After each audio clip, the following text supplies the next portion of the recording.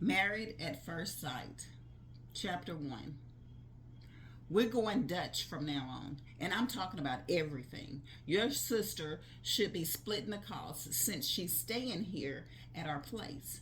Sure, she pays some money a month, but it doesn't stretch very far. She's basically mooching off of us.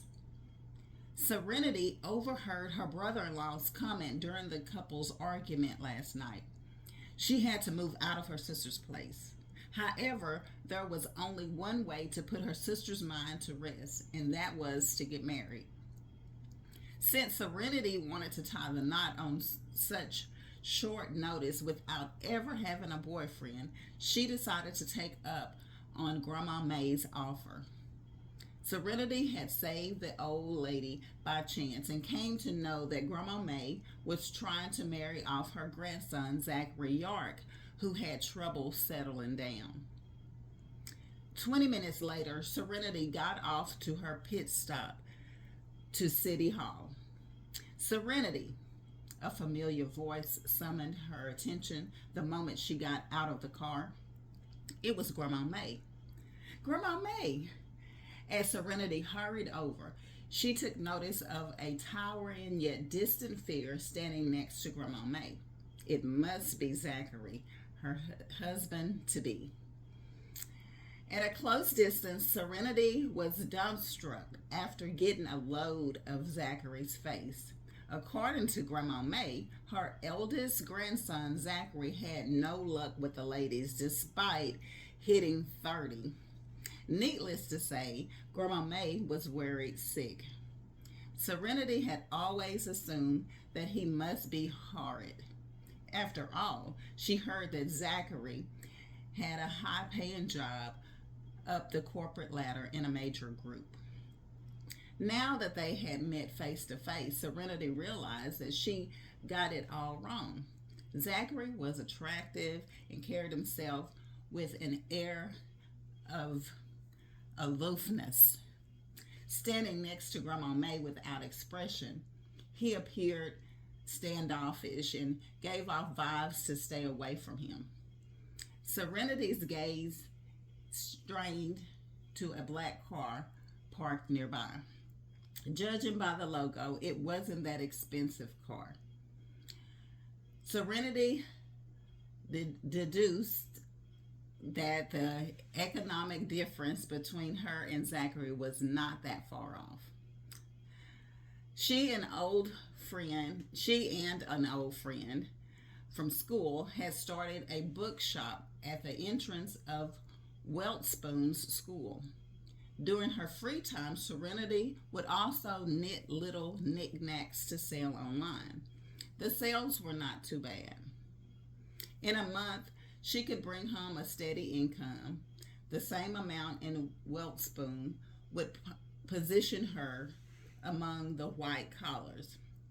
That was why she could afford to hand her sister for living expenses. Nevertheless, her brother-in-law had no clue about her earnings. Serenity, this is my oldest grandson, Zachary. He's a 30-year-old man and can't even get himself out there. Although he's not the warmest person, he's attentive and considerate. You saved my life, and we've known each other for 3 months. Trust me when I won't recommend a bad man to you. Taking in his grand's description of him, Zachary looked askance at Serenity without saying a word. Perhaps he had grown immune to her grumbles. Serenity knew that Grandma May had 3 sons, and each gave her 3 grandsons, blessing her with 9 grandsons. Since a granddaughter was missing in Grandma May's life, she especially liked Serenity.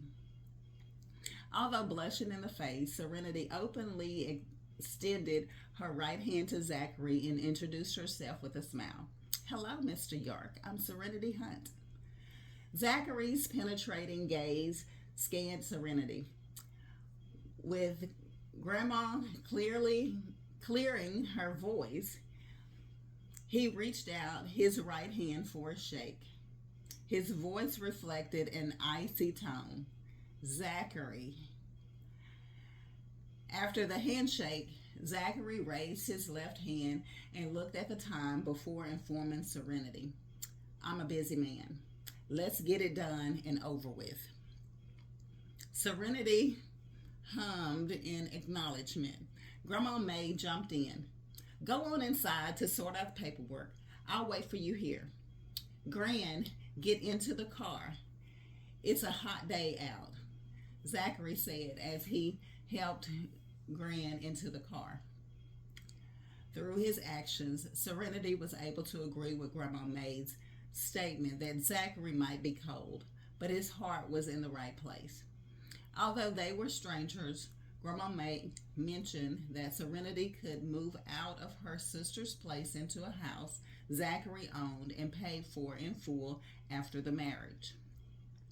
It could reassure her that Serenity was in good hands and end the argument in the house because of her. Her married life would not be any different than her single life. Soon, Zachary returned to Serenity's side and uttered, "Let's go." Sure, Serenity quietly followed him into the city hall. At the registry's office, Zachary urged Serenity, Miss Hunt, you can still change your mind if you don't want to go through with this. It doesn't matter what my grand says. Marriage is a huge commitment, not to be taken lightly. He was hoping Serenity had second thoughts because he had no intention to marry a woman he had only met. Thanks for listening. Tune in for chapter 2.